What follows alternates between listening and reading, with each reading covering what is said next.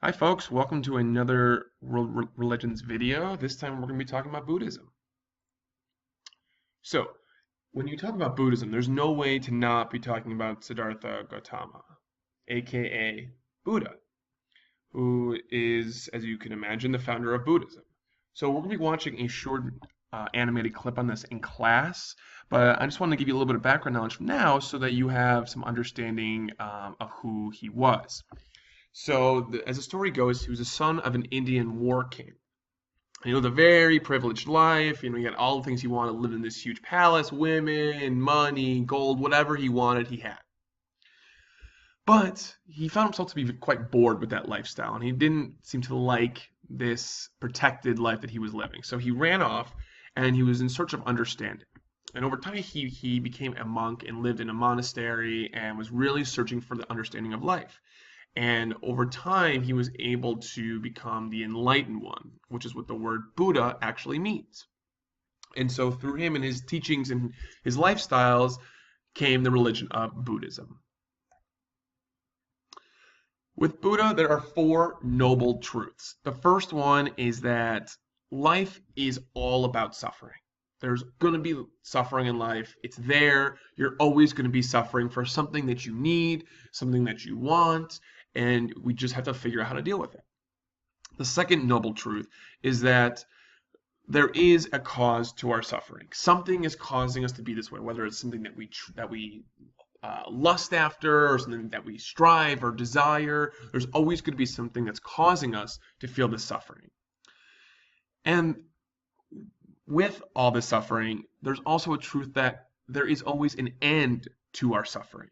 That there's something that causes it, that we're going to be experiencing it, but yet there is still an end to our suffering. Now, I can't imagine anyone who'd want to live a life full of suffering. So the question is, well, how are we going to go about ending this suffering? And that's the last truth, is that there is a path that leads us to the end of suffering, which is called the Eightfold Path. And we'll talk about that in just a moment.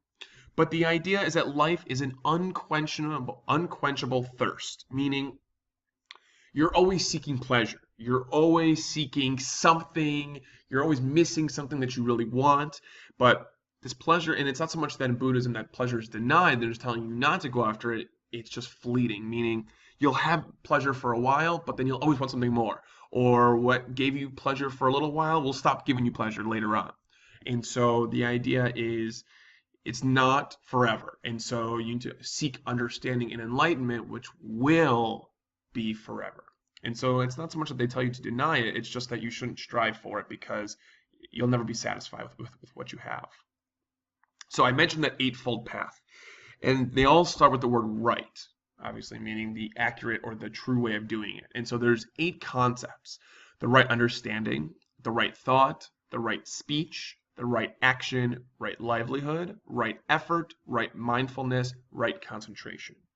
And we're going to be talking about these more in class and what these might mean, but these are the 8 things that you must do or have in order to be on that path towards enlightenment and towards the end of your suffering, as that fourth noble truth mentioned. So I'll pause here for just a moment to allow you to write these down.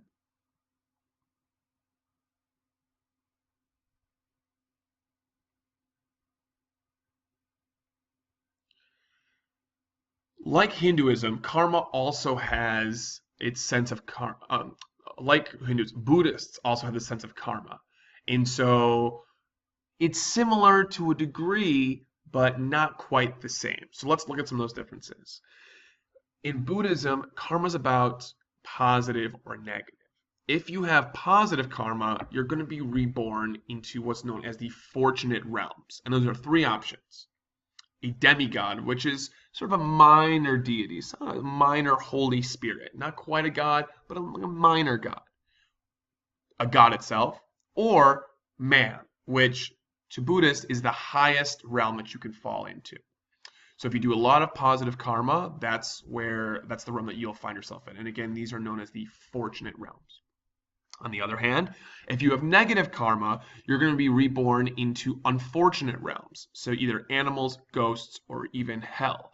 And so as you can see, there's a lot of similarities here between Hindus and Buddhists, but yet there are some of those differences in which you fall into either a fortunate or an unfortunate realm. But by this word reborn, you can get the sense of reincarnation that you saw within that Hindu, within the Hindu religion as well. Nirvana? No, not that popular 80s rock band. A different kind of Nirvana. Nirvana Buddhist style. This idea is true enlightenment. If you're able to find yourself in the realm of man, meaning that the highest of high possible positive, fortunate realm, you are offered this opportunity to achieve nirvana, which is true enlightenment. And this is after many years of study and meditation. Buddha was able to come to this. And so this is this idea of the realm of man offers you this chance of nirvana or true enlightenment.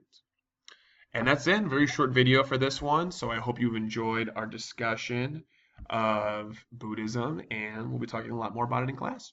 Take care.